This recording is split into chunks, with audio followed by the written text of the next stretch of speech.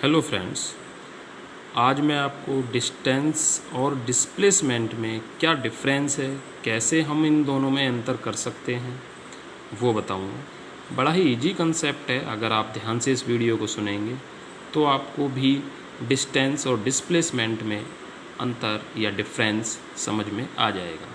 अगर आपको ये वीडियो मेरी अच्छी लगे तो मेरे चैनल को सब्सक्राइब करना ना भूलें और इस वीडियो को ज़्यादा से ज़्यादा स्टूडेंट्स को शेयर करें, जिससे वो भी डिस्टेंस एंड डिस्प्लेसमेंट में उन्हें कन्फ्यूज़न ना हो।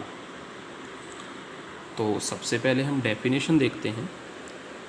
Distance the complete length of path between any two points is called distance.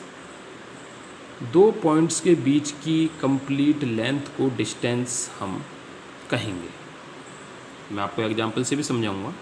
Displacement is the direct length between any two points when measured along the minimum path between them. यानी कि दो point initial and final, उनके बीच की minimum distance, minimum path, minimum length को हम displacement कहेंगे। देखिए मैं एग्जांपल देता हूँ इसके लिए एक आपको। सपोज़ करें कि आपके घर से मार्केट 1 किलोमीटर की दूरी पर है। आप मार्केट गए, तो 1 किलोमीटर आप मार्केट गए, वहाँ से आपने कुछ भी सामान लिया और 1 किलोमीटर फिर आप वापस आ गए। तो टोटल डिस्टेंस आपने कवर की 1 किलोमीटर मार्केट तक एंड 1 किलोमीटर आपके घर तक, तो टोटल डिस्टेंस 2 किलोमीटर। लेकिन डिस्प्लेसमेंट 2 किलोमीटर नहीं होगा, क्योंकि आपका इनिशियल पॉइंट आपका हाउस था, आपका घर था। आप मार्केट गए 1 किलोमीटर और फिर आप अपने घर पर वापस आए, तो आपका फाइनल पॉइंट भी घर है। तो अगर हम आपके इनिशियल और फाइनल पॉइंट के बीच की लेंथ को निकालें तो वो 0 होगी। Means displacement is 0। Distance is 2 kilometre, distance 2 kilometre होगी एंड डिस्प्लेसमेंट 0 होगा। नेक्स्ट देखते हैं direction. To calculate distance, direction is not considered. Distance के लिए डायरेक्शन की रिक्वायरमेंट नहीं है। To calculate displacement, direction is taken into consideration. Displacement की अगर हम बात करते हैं तो हमको डायरेक्शन भी बतानी होगी। Next, distance is a scalar quantity as it only depends upon the magnitude and not the direction. क्योंकि देखिए हमको इसमें डायरेक्शन तो नहीं बतानी है डिस्टेंस में, इसलिए it is a scalar quantity. यह एक स्केलर क्वांटिटी होगी, यह एक अदिश राशि होगी। Displacement is a vector quantity as it depends upon both magnitude and direction. Displacement vector quantity होती है, इसलिए हम इसमें मैग्नीट्यूड भी होगा और डायरेक्शन भी होगी। Next formula.